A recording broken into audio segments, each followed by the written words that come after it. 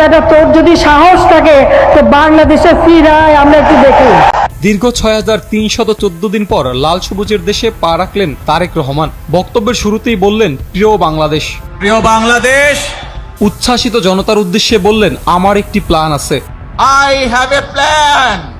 বাবা ছিলেন স্বাধীনতার ঘোষক, সাবেক সফল রাষ্ট্রপতি, মা ছিলেন ৩ বারের সফল প্রধানমন্ত্রী। দলের সর্বোচ্চ নেতা হলেও বক্তব্যের কোথাও স্থান পায়নি বিন্দুমাত্র অহংকার, যা ছিল পুরোটাই যেন দু চোখের সামনে থাকা উপস্থিত জনতার কাছে দায়বদ্ধতা।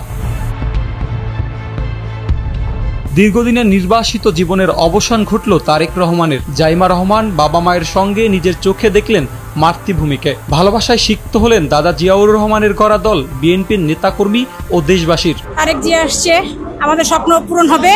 আনন্দ হচ্ছে, 17 বছর পর সে দেশে আসতেছে। এই মনের ভাবটা প্রকাশ করা আসলেই যাবে না।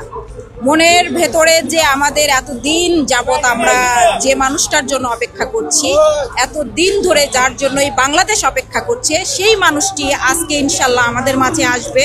এই মাঠে 4 কোটি লোক হবে তারেক রহমানের আগমনের জন্য।